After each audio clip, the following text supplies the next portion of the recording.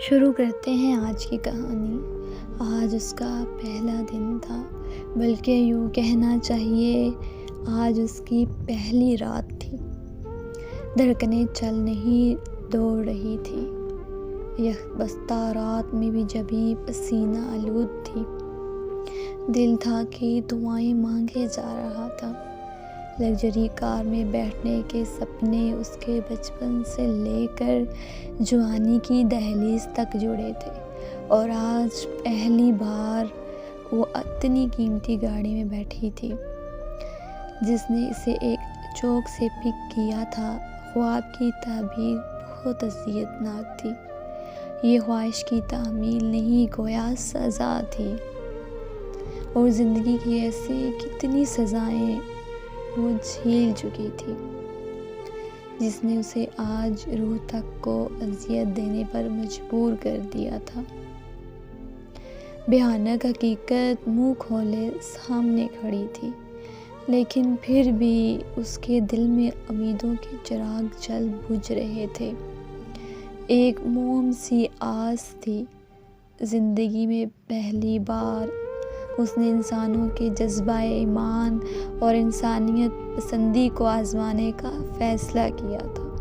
وہ مسلسل ایک داستان کے المناک پہلو کو ترتیب دینے میں لگی تھی۔ بس یہ فیصلہ مشکل ہو رہا تھا کہ کون سی مشکل زیادہ اذیت ناک ہے جسے وہ اپنی فہرست میں پہلے نمبر پر رکھ دے۔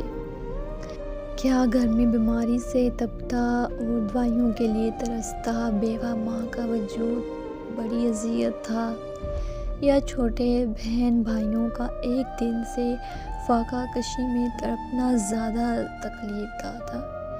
مالک مکان کا کرائے پر حتمی نوٹس زیادہ بڑا عذاب تھا، یا یونیورسٹی فیس کی عدم ادائیگی پر ڈراپ ہونے کا خطرہ جان لیوا تھا؟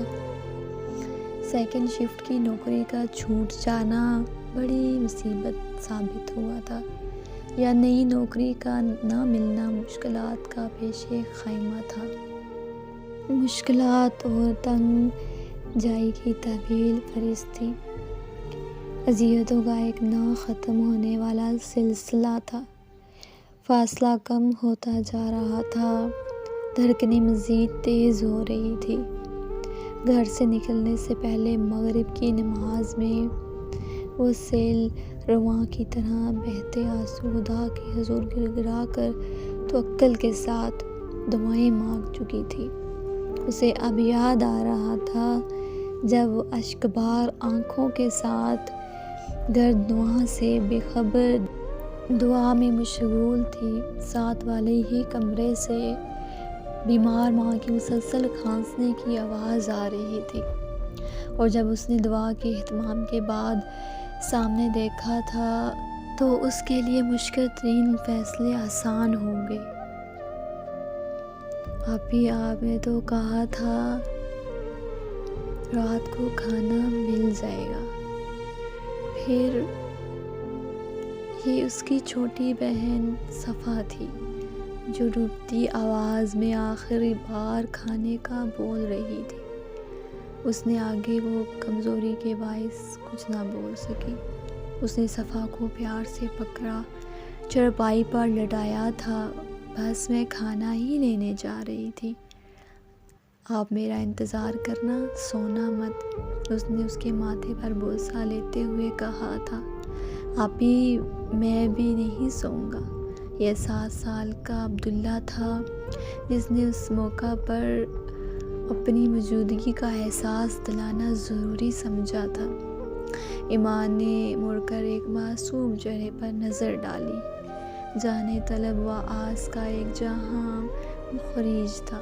بیٹا یہاں آؤ۔ ایمان نے اسے بلایا تھا، اور جیسے ہی عبداللہ اس نے اسے سینے سے لگا کر بھینچ لیا تھا۔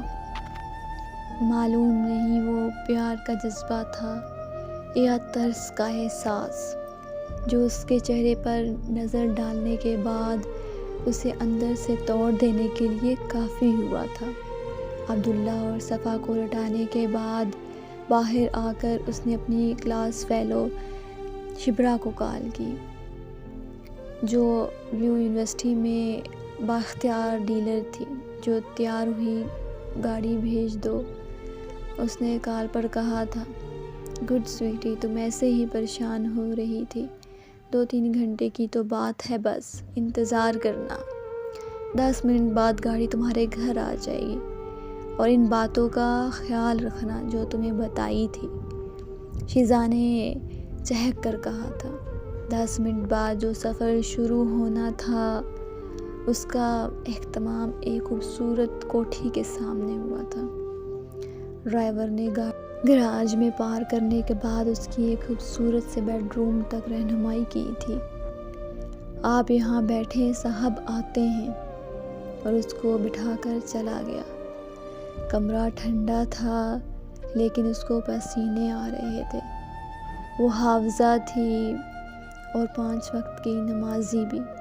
زندگی کی 21 سال گزرنے کے بعد بھی آج تک خدا کے قائم کردہ حدود سے نہ نکلی تھی، لیکن آج اس کا خود پر سے 21 سال کا زخم ٹوٹنے والا تھا، اور وہاں بیٹھ کر خود کو زمانے کی بدترین عورت محسوس کر رہی تھی۔ کیا اس کی زندگی بھر کی کمائی خاک میں ملنے والی تھی؟ کیا اس کے بعد بھی وہ خدا کا سامنا کرنے کے قابل رہے گی؟ باتوں کے ضیاع سے خدائی کی جدائی کا غم شدید تھا۔ وہ بچھڑنا نہیں چاہتی تھی لیکن بچھڑ رہی تھی۔ زندگی کا واحد سکون خدا کو حال غم سنانا تھا، اس سے باتیں کرنا تھا، اس کے حضور سجدہ ریز ہونا تھا، جسے وہ کبھی کھونا نہیں چاہتی تھی۔ لیکن چاہت سے کچھ نہیں ہوتا، حالات سے ہوتا ہے، اور حالات نے بتا دیا تھا۔ اس کے زندہ درگور ہونے میں چند ہی لمحے باقی تھے۔ انتظار طویل ہو رہا تھا، آدھا گھنٹہ بیت چکا تھا۔